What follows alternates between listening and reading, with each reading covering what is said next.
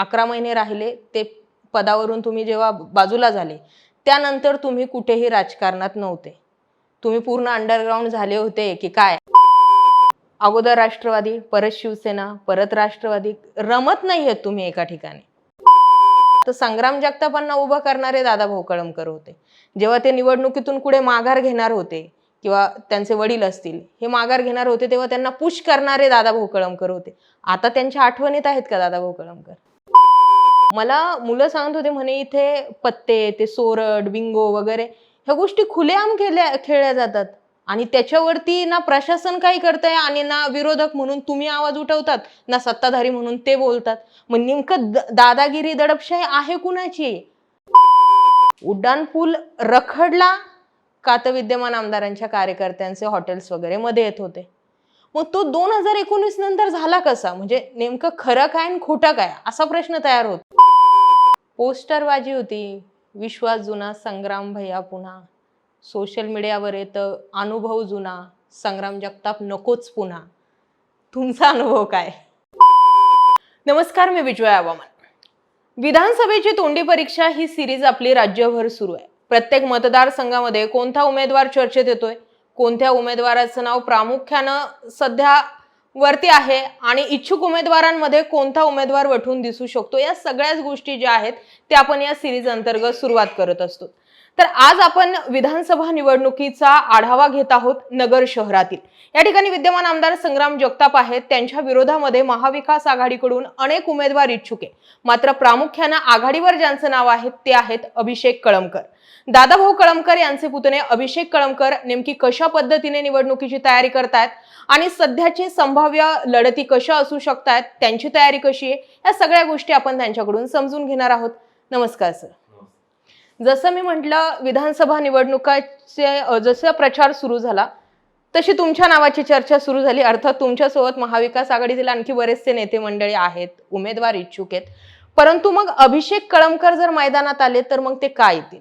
अशी कुठले कारण आहेत की आता जे समोरचा आमदार आहे तो पडेल आणि तिथे अभिषेक कळमकर एकदम सुटेबल असू शकतात? मी गेल्या 12 वर्ष झाले मी राजकारणात आहे.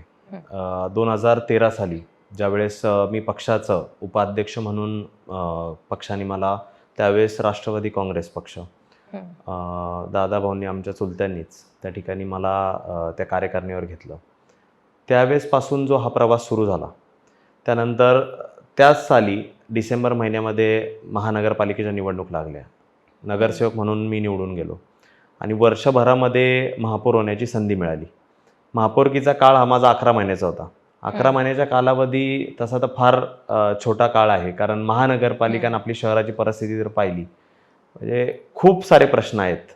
मूलभूत प्रश्नांपासून तर सामाजिक प्रश्न आहेत, शिक्षणाच्या रिलेटेड आहेत, क्रीडा क्षेत्रातले आहेत, असे विविध प्रश्न हे सोडवण्यासाठी हा कालावधी थोडा जास्त पाहिजे होता. पण तरीसुद्धा 11 महिन्याच्या कालावधीमध्ये मी जवळजवळ अनेक अशी कामं आहेत, ठोस कामं की ज्याला आपण म्हणू, मी 40 कोटीचे कामं काही केले. त्याच्यामध्ये 95 रस्ते या नगर शहरामध्ये झाले. बाकीचे काही जे महत्त्वाचे रस्ते होते, आपला जो बालिकाश्रम रोड आहे की जो दिल्ली गेट, पत्रकार चौक आणि मनमाड रोडला पॅरल रस्ता मानला जातो, त्याला बऱ्याचशा अडचणी होत्या. केडगाव देवीच्या रस्त्याला अडचणी होत्या आणि असे मोठे मोठे रस्त्यांचे कामं आपल्या कालावधीमध्ये झाले. बरेचशी कामं सांगता येतील. फेज 2 ची योजना होती, ती अजूनही पूर्णत्वास नाही, पण त्यावेळेस ज्या ज्या अडचणी होत्या त्या अडचणी सोडवण्यासाठी आपण काम केलं. माझ्या काळामध्ये जे लोकांना घरकुल द्यायचं होतं त्या जवळजवळ 353 घरांना खासदार सुप्रियाताईंच्या हस्ते त्या घरांच्या चाव्यांचं वाटप, म्हणजे तो घरात त्यांना प्रवेशच दिला आपण ते घरकुल बांधून. असे खूप मोठे मोठे कामं ज्याला आपण म्हणू शकतो की ज्याचं मला समाधान आहे की मी ते केलं. नंतरच्या कालावधीमध्ये सुद्धा पदावर नसताना सुद्धा की आपण असे काही कामं सामाजिक किंवा विविध क्षेत्रातले, ते शिक्षणाशी संबंधित असू द्या, विद्यार्थ्यांचे, तरुणांचे प्रश्न, सातत्याने आंदोलनं, ते आंदोलन करायची वेळ यासाठी येते कारण लोकांचे प्रश्न सुटले जात नाही. तर असे बऱ्याचशा प्रश्नांवर मी काम केलेलं आहे. 11 महिन्यांचा कार्यकाळ तुमचा महापौर पदाचा राहिला. तुमचं म्हणणं आहे की पदावर नसताना सुद्धा मी बरीचशी कामं मार्गी लावली. आता निवडणुकीच्या तोंडावरती जो गाजावाजा आहे तो असा आहे की महापौर 11 महिने राहिले, ते पदावरून तुम्ही जेव्हा बाजूला झाले त्यानंतर तुम्ही कुठेही राजकारणात नव्हते. तुम्ही पूर्ण अंडरग्राऊंड झाले होते की काय? आणि जेव्हा निलेश लंकेंचा प्रचार समोर आला तेव्हा डायरेक्ट आम्हाला अभिषेक कळमकर दिसले. हे रिअल फॅक्ट होतं का? तुम्ही खरोखर ह्या राजकारणापासून सगळ्या गोष्टींपासून लांब गेलते आणि विधानसभा निवडणुकीच्या तोंडावर जाग आली का तुम्हाला? असाही प्रश्न तयार होतो. नाही, असं बिलकुल नाही. हम्म. सामाजिक आणि राजकीय या क्षेत्रामध्ये मी सातत्याने माझं लक्ष केंद्रित राहिलं. मी माझं कुठलंही काम मी श्रेय घेण्यासाठीच करतो असं नाही, आणि श्रेय घेऊन पोस्टरबाजी आणि जाहिरातबाजी करतो हे माझं तरी दूरदृष्टिकोन नाही. माझं एवढंच आहे, आपण तुम्ही जो विचारलेला प्रश्न आहे की तुम्ही गायब राहिले, तर गायब मुळीच राहिलो नाही. संघटनात्मक जे पण आपलं काम आहे, भूमिका आहे, तुम्ही कायमस्वरूपी काय कुठल्या पदावर राहू शकत नाही, कुठलाच असा व्यक्ती नाही. तर त्यामुळं आपण केलेलं जे काम आहे ते लोकांपर्यंत, ते लोकांना जाणवतं मी काय काम करतो, मी कसा काम करतो. कदाचित 1-2 वर्ष असे गेले टफ माझ्यासाठी, कारण माझ्या कुटुंबामध्ये सुद्धा मी एकटाच मुलगा आहे. माझ्या वडिलांचं पण आजारपण होतं, पॅरालिसिस होता. तर ते सगळ्या काही गोष्टी कौटुंबिक जबाबदाऱ्या देखील असतात. त्यामुळं असं मला कुठलेच मी ह्या मानसिकतेत नाही की मनस्थितीत नाही की मी पूर्ण लोकांपासून बाजूला गेलेलो होतो.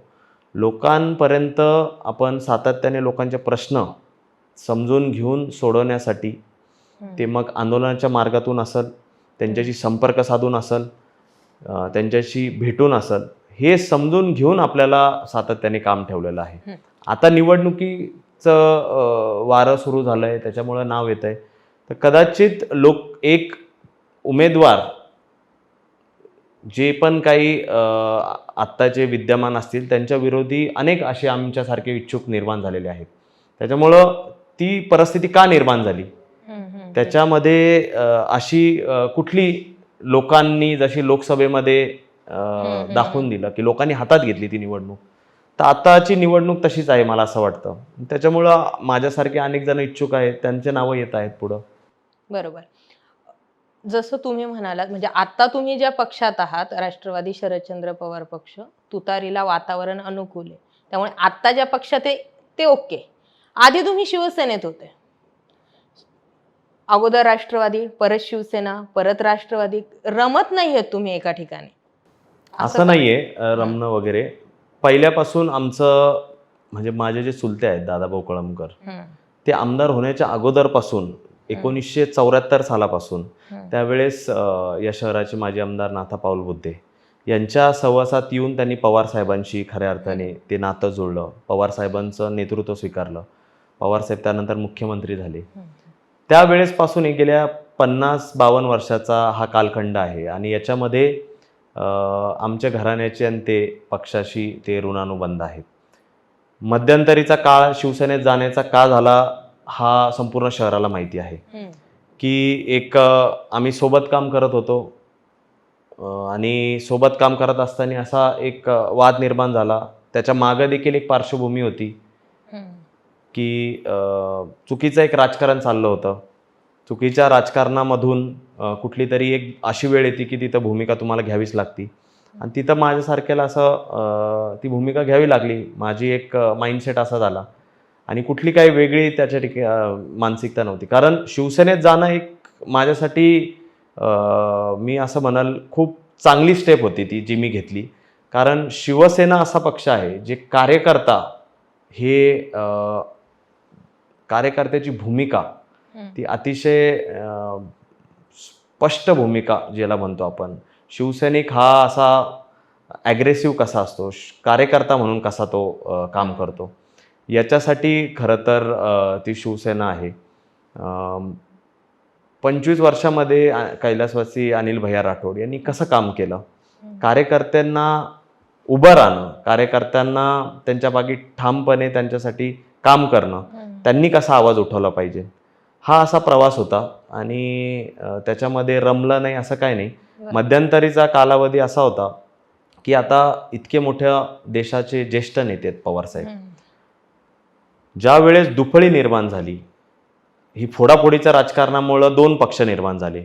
2 पक्ष निर्माण झाल्यानंतर तुम्हाला लक्षात येत असेल की तिकडं अजितदादांचा एक पक्ष निर्माण झाला, शिंदे गट झालं. बरोबर.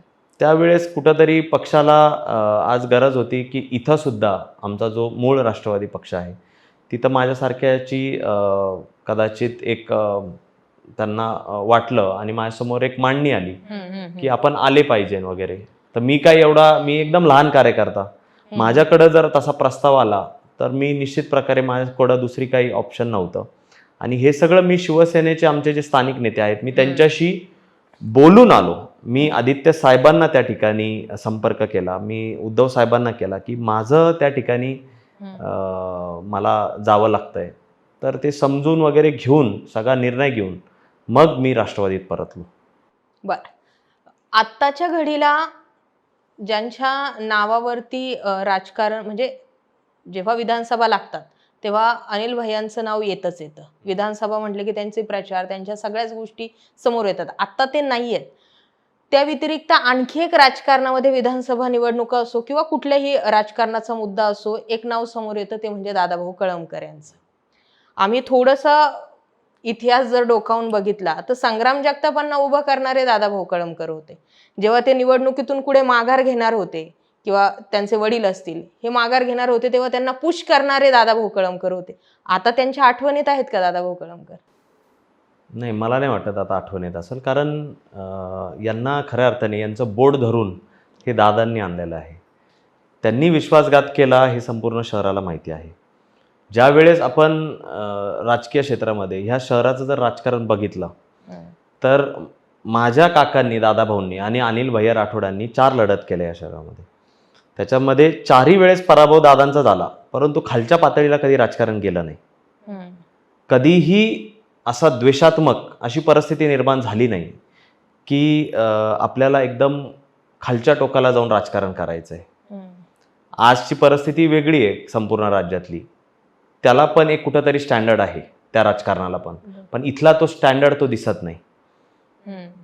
इथं अतिशय जसं वातावरण झालंय, कार्यकर्त्यांना दम देणं, अक्षरशः नगरसेवकांना सुद्धा या सगळ्या गोष्टींची भीती वाटायला लागली की आपल्याला म्हणजे व्यक्ती स्वातंत्र्य जे आहे ते हरपलेलं आहे. आता सण उत्सवांमध्ये असं ऐकायला भेटलं, मंडळाचे जे कार्यकर्ते पोरं येतं त्यांना सुद्धा बोलवलं जातं, स्वतःहून वर्गणी घ्या सांगितलं जातं. सण उत्सवांमध्ये आम्ही एवढं शक्ती प्रदर्शन बघितलं नाही. सण उत्सवाच्या माध्यमातूनच शक्ती प्रदर्शनाचं एक काय म्हणतो प्रदर्शन केलं गेलं. हे का करायची वेळ आली? कारण याच्या मागं कुठंतरी आपल्या हातातून राजकीय आपलं जे पण आहे वर्चस्व हे कुठंतरी ढासळण्याची परिस्थिती निर्माण होतीये. त्याच्यासाठी लोकांना जाणवलंय की हे अपयश आहे आणि हे सगळं झाकवण्यासाठी हे शक्ती प्रदर्शन, पोस्टरबाजी, सार्वजनिक जे उत्सव आहेत, गणपती, नवरात्र, मध्यंतरीचा मोहरम, तर ह्या सगळ्या गोष्टी याला लोकांना माहीत आहे का शक्ती प्रदर्शन केलं गेलं. पोस्टरबाजी होती, विश्वास जुना, संग्राम भैया पुन्हा. सोशल मीडियावर येतं अनुभव जुना, संग्राम जगताप नकोच पुन्हा. तुमचा अनुभव काय? हे लोकांना विचारलं पाहिजे. हे त्यांच्या मला असं वाटतं नेतृत्वाचं अपयश आहे की हे लोकांमध्ये तीव्र स्वरूपात जाणवायला लागलंय. 10 वर्ष तुम्हाला विधिमंडळात, विधान भवनामध्ये लोकांचे प्रश्न, ह्या नगर शहराचे प्रश्न ते विधिमंडळामध्ये, विधान भवनामध्ये मांडायला ते पाठवलं गेलं होतं.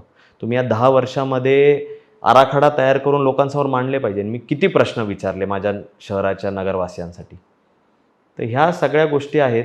त्याच्यामुळं हे जे आहे आता लोकांनी जे तुम्ही जे सांगितलंय की हे जे ब्रीद वाक्य याला लोक बघणार नाही आता. ह्या सगळ्या स्लोगन्सला आधीच लोक कंटाळलेले आहेत आणि असे स्लोगन घेऊन कदाचित ह्या सगळ्या गोष्टी धुवून जात नाही. बरोबर. पुढे एक प्रश्न तयार होतो, जसं तुम्ही म्हटले की संग्राम जगतापांना आम्ही का पाठवलंय, म्हणजे सगळ्यांनीच मिळून का पाठवलंय की तुम्ही विधानसभेत आवाज उठवावा किंवा काही प्रश्न मांडावे. आपल्या नगर शहरामध्ये गुन्हेगारी एवढी वाढली आहे, म्हणजे आता आमची एक जनरली चर्चा सुरू होती, मला मुलं सांगत होते म्हणे इथे पत्ते, ते सोरड, बिंगो वगैरे ह्या गोष्टी खुलेआम खेळल्या जातात आणि त्याच्यावरती ना प्रशासन काही करतंय आणि ना विरोधक म्हणून तुम्ही आवाज उठवतात, ना सत्ताधारी म्हणून ते बोलतात. मग नेमकं दादागिरी दडपशाही आहे कुणाची? सरेआम नगरमध्ये गुंडगिरी दहशत दिसते. आम्ही आवाज आत्ताच उठवलेला आहे. तुम्ही बघितलं निलेश लंके साहेबांनी SP ऑफिसच्या बाहेर जे उपोषणाला बसले, 5 दिवस 5व्या दिवशी ते उपोषण स्थगित केलं. त्याच्यामध्ये काय प्रश्न होते? त्याच्यामध्ये हेच प्रश्न होते, कुणाची आई येतेय, कुणाचा भाऊ येतोय, माझा मुलगा या ठिकाणी, माझा मुलगा ह्या अवैध धंद्यामध्ये कुठंतरी फसला गेलाय, तो आता चुकीच्या संगतीमध्ये आलेला आहे, तो कर्जबाजारी झालेला आहे, कुणाची बहीण रडतीये, कुणाचा प्लॉट गेलाय, त्या प्लॉटवर ताबा घेतलाय. हे अवैध धंदे याच्यामध्ये प्रशासनावर प्रचंड त्याच्यामध्ये दडपण आहे आणि हे दडपण कुठंतरी हे जे अवैध धंदे लोकप्रतिनिधींना बंद करण्यासाठी हा पाऊल उचलायचाच नसतो, कारण त्यांचा स्वार्थ त्याच्यामध्ये दडलेला आहे. तो स्वार्थ काय आहे तर हे पण त्यावेळेस आम्ही सांगितलं. एवढ्या कोट्यवधी रुपयेची रोजची उलाढाल होती या नगर शहरामध्ये. ज्यांचा अंकुश पाहिजे ते ठराविक निवडक अधिकाऱ्याच्या विरोधात आम्ही उपोषणाला बसलो होतो. संपूर्ण पोलीस प्रशासन याच्यामध्ये जबाबदार नाहीये, पण काही अधिकारी हे लोकप्रतिनिधींच्या संगनमताने या शहरामध्ये हे शहर बकाल करण्याच्या माध्यमातून पावलं उचलत आहेत. तुम्हाला 2-3च असे अवैध धंदे माहिती आहेत. या शहरामध्ये असे कित्येक आहेत.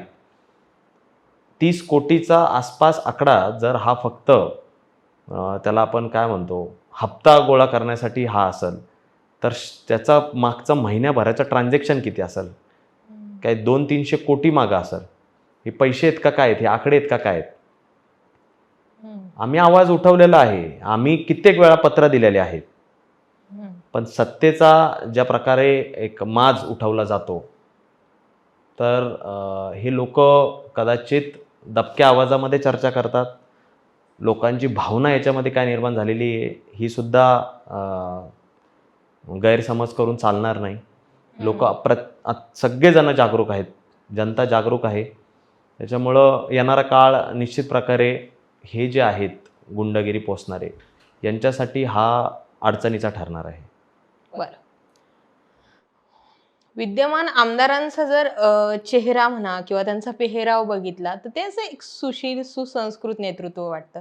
जेव्हा असे कुठले, आता समजा मी तुमच्याशी बोलते की एक चेहऱ्याची हो बसते की ती सांगते की नाही हे ओके नेतृत्व आहे, पण जेव्हा हे सगळे आरोप लागतात त्यावेळी कुठेतरी त्यासमोर प्रश्नचिन्ह निर्माण होतं. यातलाच एक जोडून मुद्दा असा की आपल्या नगर शहरातला एक मोठा प्रश्न होता उड्डाणपुलाचा. उड्डाणपूल रखडला का तर विद्यमान आमदारांच्या कार्यकर्त्यांचे हॉटेल्स वगैरे मध्ये येत होते. मग तो 2019 नंतर झाला कसा? म्हणजे नेमकं खरं काय आणि खोटं काय असा प्रश्न तयार होतो.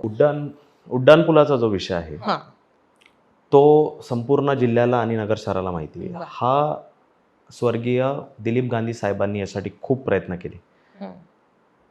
आम्हाला त्यांनी ब्लूप्रिंट आणून दाखवली होती की याचं डिझाईन कसं असणार आहे, याला एस्टिमेटेड कॉस्ट किती आहे, हा आपण सँक्शन किती केला गेलाय. हा उड्डाणपूल ॲक्च्युली DSP चौकामध्ये उतरला जाणार होता.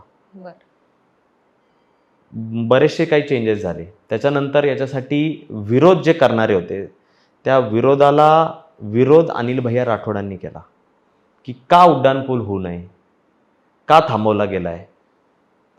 फक्त तांत्रिक बाजू किंवा डिफेन्सच्या गोष्टी समोर आणून याला डिफेन्सच विरोध करतंय, डिफेन्सची NOC नाही, असं नाही तसं नाही, ह्या सगळ्या गोष्टींचं एक फॉल्स नरेटिव्ह तयार केलं गेलं आणि लोकांना या उड्डाणपुलापासून ह्या एक महत्त्वाच्या प्रगतीच्या विकास कामापासून थोडंसं लांब ठेवण्यात आलं. आता ज्या वेळेस उड्डाणपूल उभारण्यात आला त्याच्यामध्ये काय काय गोष्टी झाल्या हे आपल्याला माहिती आहे. श्रेय घेण्याचं किती धावपळ त्या ठिकाणी निर्माण केली गेली होती. पण ते ॲक्च्युअल प्रश्न हा बघितला पाहिजे की आपण एखादा विकास काम करताना त्याचं नियोजन काय आहे. तो उड्डाणपूल केलाय पण आज तिथं एक असा इतका मोठा कर्व आहे की तिथं एक दुर्दैवाने एक जण मृत्युमुखी पडला, हो 2 गंभीर दुखापत आणि 2 गंभीर असे ॲक्सिडेंट झाले तिथं. एक तर ट्रकच हो तिथं पडली. मग असे भयानक गोष्टी जर होत असतील तर हम्म. फक्त जर आपण फक्त नियोजनाभावी आपल्याला फार घाईघाईने विकास काम करायचं आहे आणि गाजावाजा करायचा आहे, तर हेच एक उड्डाणपुलाचं खरं सत्य. जसं तुमचं नाव एक हायलाइटेड आहे की अभिषेक कळमकर यावेळी राष्ट्रवादी शरदचंद्र पवार पक्षाचे उमेदवार असतील. तसेच महाविकास आघाडीत आणखी 2 पक्ष, एक काँग्रेस आहे, दुसरीकडे शिवसेना. शिवसेनेकडून तिघं चौघं जण इच्छुक आहेत, काँग्रेसमधून काही जण इच्छुक आहेत, यांच्यामध्ये तुम्ही आहेत. उद्या तुम्हाला तिकीट दिलं आणि एक संधी दिली तर हे सगळे तुमच्या सोबत येतील का? आमचं याआधी एक महाविकास आघाडीचं स्थानिक महाविकास आघाडीची आमची बैठक झालेली आहे. एक नाही, आमच्या अनेक झालेल्या आहेत. त्याच्यामध्ये जिल्हा प्रमुख शशिकांत गाडे सर, दादाभाऊ कळमकर, हे असे सगळ्यांनी याची लीड केलेली आहे. हे सगळेजण इच्छुक आहेत. हे खरं तर प्रवृत्ती विरोधातले आम्ही समविचारी आहोत. सातत्याने गेले अनेक वर्ष आम्ही यांच्या प्रवृत्तीच्या विरोधात लढतो. ह्या प्रवृत्तीचा नुसता आम्ही विरोध करत नाही, परंतु शहरातली हजारोच्या संख्येने जनता विरोध करते. सगळेजण वैतागलेले आहेत, कंटाळलेले आहेत. ही परिस्थिती का निर्माण झाली? लोकांना आता एक चेंज पाहिजे, ड्रास्टिक चेंज ज्याला म्हणतो आपण. कारण त्याच गोष्टी, हा काय मतदार 2014चा नाही, बरोबर, हा 2019चा नाही. आज मतदार असा निर्माण झालाय की आजीबाई सुद्धा इंस्टाग्रामवर रील्स पाहतात, बरोबर, आजोबा सुद्धा ट्विटर अकाउंट बघतात, बरोबर. 6 वर्षाची मुलगी सुद्धा फेसबुक बघती, स्टोरीज सेट करू शकते. तर हा मतदार आजचा आहे. त्याच्यामुळं आपल्याला जर नुसतं खोटं दाखवत गेलं, एक रस्ता तयार केला जातोय पण एका पावसामध्ये त्याच्यावर खड्डे पडतात, एक स्ट्रीट लाईट उभी केली जाते पण ती फक्त चांदणीसारखीच चमकतीये, एखादी योजनेतून पाणी पुरवठा 24 तास मिळेल एवढी ॲडव्हर्टाईज केली जाते, परंतु दिवसाआड आज पाणी भेटतं, ही परिस्थिती आहे. ड्रेनेज सिस्टम, भुयारी गटार, अमृत योजना केंद्र सरकारची हे सांगितलं जातं, पण आजही आपल्या गटारी आणि नाले तुंबतात. हे सगळं लोकांच्या मनात आता आलेलं आहे आणि लोक प्रचंड नाराज आहेत.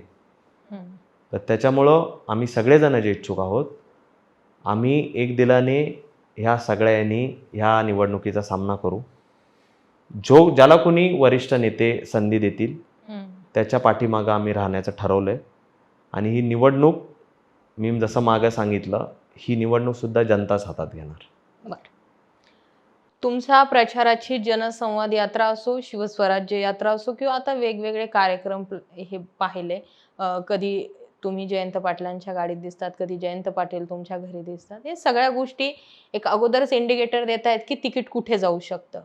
उद्या तुम्हाला संधी असली तरी या नगर शहरासाठी तुमचं व्हिजन काय असणार? अजूनपर्यंत तर काही क्लिअर गोष्टी अजूनपर्यंत झाल्या नाही, कुठं जागा वाटप झाली नाही. बरोबर. ती जर माझ्या पक्षाने, आदरणीय पवार साहेबांनी जर विचार केला, जयंत पाटील साहेबांनी विचार केला की मला संधी, मला उमेदवारी देण्याचा, तर निश्चित प्रकारे या शहराचा खऱ्या अर्थाने इथली लॉ अँड ऑर्डर यासाठी खरे मुद्दे, खरे प्रश्न उपस्थित करून ही परिस्थिती पहिल्या अर्थाने सोडवली गेली पाहिजे. लोक भयभीत आहेत कारण लोकांना एक चांगल्या प्रकारची ऑर्डर, जी व्यवस्था पाहिजे ही पाहिजे. इथं ती पोलीस प्रशासनाच्या माध्यमातून घडू शकते, लोकप्रतिनिधींचा एक इथं स्टेबल राजकारणी म्हणून आणि ठोस भूमिका घेणारा लोकप्रतिनिधी म्हणून जो पाहिजे. तर त्याच्यासाठी मी प्रयत्नशील आहे. इथलं शिक्षण, इथलं क्रीडा, इथलं MIDCचे औद्योगिकरण याच्यासाठी काम करण्याची गरज आहे. आज 16 आणि 17 हजार तरुण मित्र 12वी नंतर, कुणी ग्रॅज्युएट नंतर पुण्यामध्ये जातं, मुंबईमध्ये जातं. का जाण्याची वेळ आली? पण तिकडं जाऊन सुद्धा फक्त 20,000 पगार मिळतो, 25,000 मिळतो. 10,000 तर त्याला फ्लॅटचं भाडं देण्यासाठीच जातात. त्याचा खर्च किती आणि तो घरी किती पाठवणार? हेच जर इथं नगरमध्ये राहून की अशा काही कंपनीजला आपण फेवरेबल वातावरण दिलं. फेवरेबल वातावरण कोण देऊ शकतं? पॉलिटिकल लोकच देऊ शकतात. तर ते आपल्याला इथं काम करायचं आहे, ती व्यवस्था चांगली करायची, हे शहर शांतप्रिय करण्यासाठी पावलं उचलायचे. तर ते एक अजेंडा आहे खऱ्या अर्थाने आणि तेच विजन आहे. नाही तर विजनच्या गप्पा नुसत्या करून चालत नाही. आपण आता स्वप्न दाखवण्याची ही वेळ गेलेली आहे. मी काय करणार आणि त्याच्यासाठी गॅरंटेड ते टेन्युअर काय आहे. मला माझ्यावर ठाम विश्वास आहे. का? कारण मी 11 महिन्यामध्ये मला माझं जे पण पॉलिटिकल अस्तित्व हे मी या शहराला दाखवून दिलं की 11 महिने कालावधी सुद्धा भरपूर आहे, ना की 10 वर्ष. तर त्या 11 महिन्याच्या कालावधीमध्ये कितीतरी असे चांगले कामं, फक्त इच्छाशक्ती लागते. मीच एकटा म्हणत नाही, परंतु बाकीचे पण महापौर होऊन गेले, त्यांनी सुद्धा कामं केले. इच्छाशक्तीच्या जोरावर लोकांच्या आशीर्वादाने तुम्ही करू शकता, परंतु लोकांपर्यंत गेलं पाहिजे. अशी परिस्थिती निर्माण नाही झाली पाहिजे की तुमच्या ऑफिसची पायरीच लोक चढू शकत नाही कारण घाबरलेले आहेत लोक आणि तुम्हाला घाबरतात लोक. तर ही परिस्थिती बदलायची वेळ आलेली आहे आणि ती यावेळेस बदलल. शेवटचा प्रश्न, जर संधी तुम्हाला दिली जाते, हा जरतरचा विषय जरी असला तरी सुद्धा सध्याच्या घडीला नगरकरांना एक तुम्ही आवाहन करायचं ठरलं तर तुम्ही काय आवाहन कराल?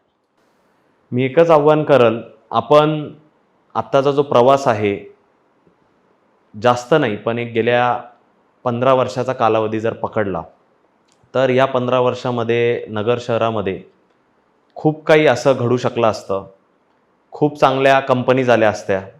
या शहरामध्ये चांगले दर्जेदार रस्ते झाले असते. या शहराचं सामाजिक जी आरोग्य व्यवस्था आहे, इथं आरोग्याचे जे प्रश्न आहेत, इथले मूलभूत ज्या सोयीसुविधाच्या माध्यमातून जे काम अपेक्षित होतं ते काय झालेलं नाही आहे. तर यंदाची वेळ आपल्या हातात आहे. आपल्याला चांगला बदल घडवण्यासाठी एक योग्य जो कोणी उमेदवार योग्य, जो महाविकास आघाडीचा, ज्याला कुणाला संधी मिळेल त्याला आपण निवडावं, एवढीच मी नगर शहराच्या जनतेला. कारण ह्या वेळेनंतर आपण जर चुकलो तर हा पश्चाताप काय महिन्याभराचा नसतो, 5 वर्ष आपल्याला वाट बघावी लागते. त्याच्यामुळं मी जनतेला नम्र विनंती करेन की यावेळेस आपण योग्य आणि योग्यच निर्णय घ्यावा. बर, तुमचाच हा प्रश्न जरी शेवटचा असला तरी मला आणखी एक प्रश्न आठवला, तो इन्क्लूड करते. आपल्या नगरमध्ये खूप जोरात कामं सुरू झाली आहेत. सगळीकडे जिकडून फिरणार तिकडे खड्डे खोदलेले. ठीक आहे, कामं करतायत, ओके, पण तुम्ही निवडणुका आल्याच्या 2 ते 3 महिने जर अगोदर कामं करत असताल तर मग 5 वर्ष केलं काय?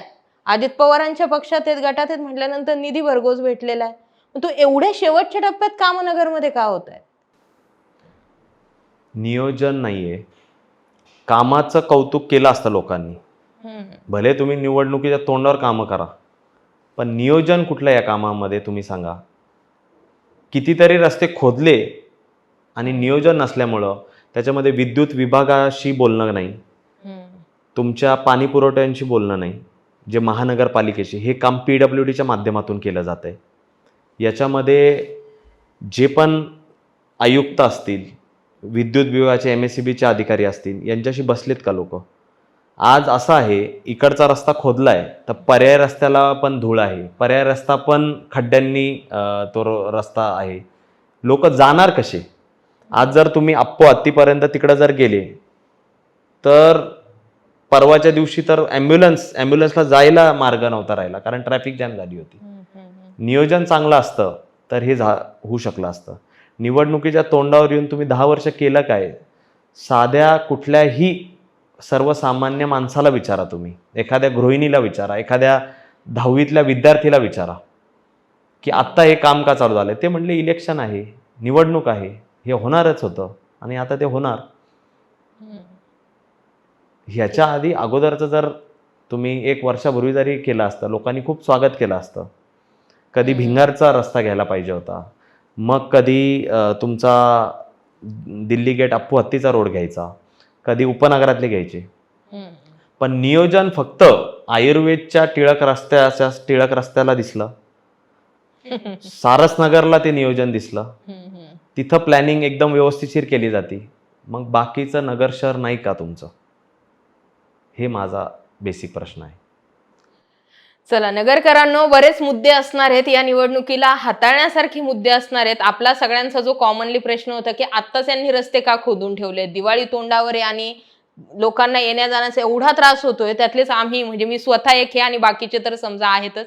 पण बरेचसे प्रश्न उत्तर आहेत. जोपर्यंत प्रश्न उत्तर केले जाणार नाही, स्वतः आमदारांना प्रश्न केले जाणार नाही, तोपर्यंत तरी प्रश्नांची उत्तरं भेटणार नाही. आता लोक नेमकं परिवर्तन करण्याच्या मूडमध्ये आहेत की जैसे ते चालू द्या या मूडमध्ये आहेत, हे विधानसभा निवडणुका डिक्लेअर झाल्यानंतर, रिझल्ट आल्यानंतरच समजेल. मात्र सध्याच्या घडीला महाविकास आघाडीकडून ज्यांचं नाव चर्चेत आहे या विधानसभा निवडणुकीसाठी, ते अभिषेक कळमकर आज आपल्यासोबत होते. सर, तुम्ही वेळ दिलात त्याबद्दल धन्यवाद. तुमचं व्हिजन क्लिअर आहे. तुम्हाला तुमच्या या विधानसभेसाठी खूप खूप शुभेच्छा. धन्यवाद.